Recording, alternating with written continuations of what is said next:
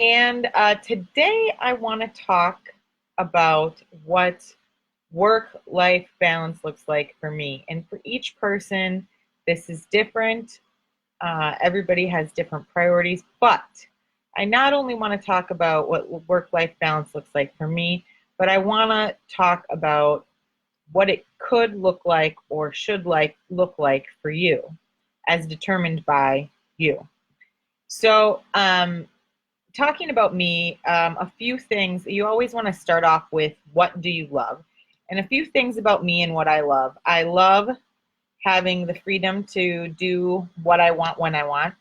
I love my family and friends. I spend a lot of time with them when I have free time. I love sports, sporting events. I love golfing. I love music. I go to concerts. I go to festivals. I go boating, go on the water. I love being on water. So, and I love travel. So when I have free time, that's pretty much where I dedicate my free time. And I think it's important to define what you love or recognize what you love because that determines your why. And your why is important because that's what you need to structure and build your business around. So, hi, Deborah. Um, so for me, my why changed a little bit. When I first started out, I knew I wanted a family one day. I knew daycare in the US was expensive. Um, I, I, I don't know how it is in other parts of the world. I haven't had to research that before. But I knew I wanted to stay home with my kids. I knew I wanted to bring in an income. And I knew I wanted to have the freedom and flexibility to do what I wanted when I wanted, whether it would be my hobby or hop on an airplane. That's what I wanted to structure it around. So I built my business around my ideal day. My ideal day is not setting an alarm clock at the crack of dawn. Some mornings I wake up really early and get a workout in and go for a walk when it's not cold outside. It's freezing here right now. Um, I might go meet a friend for breakfast. I have another freelance colleague that lives in the area. We'll meet for breakfast sometimes. I might just take my time, listen to some music, meditate, bed. I may work on the house, spend some time with my daughter. She naps. And then usually while she naps, I will either rest myself or I will work again. Then I spend some more time with her and or work, depending on what I have on my agenda that day. And I also will then make some dinner. She will go to bed, and after that, I usually work a little bit more until I go to bed. Now, those are my structured work days. This isn't an exact science. This is not what I do every single day, but that is generally my outline. And then, depending on the day, depending on the weather, depending on my mood, I pepper in some of the other things in my hobbies um, and things like that. This week, for example, I don't do it very often, but I had a girls' night. I went out with some of my girlfriends, grabbed dinner and a movie. So that was a nice little break for me.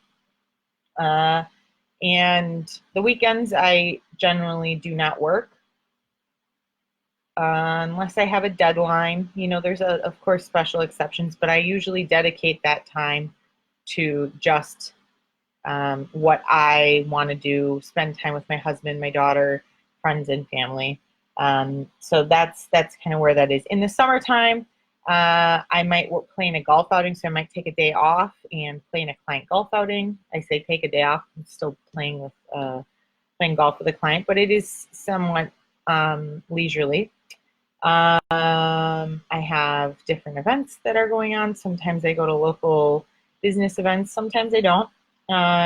So it kind of just varies, and that's one of the things I love about my business is when I worked in the corporate world, I got really bored with the 9 to 5. This is what I do. This is where I sit every day. This is where I work every day.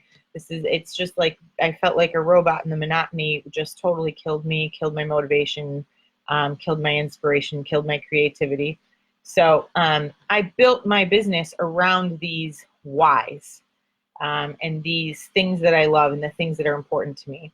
And why that's important is that's how you're going to see success. That's how you're going to find your business thriving. That's how you're going to feel motivated when things maybe get a little tough, because they're never perfect. And then as you go, you want to evaluate kind of where you're at. Every year, every 6 months, every quarter, things may change. Priorities in your business might change. Your personal situation at home may change. You may move to a new location. What your ideal day looks like might be different. You might take up a new hobby, and now you want to make time for that.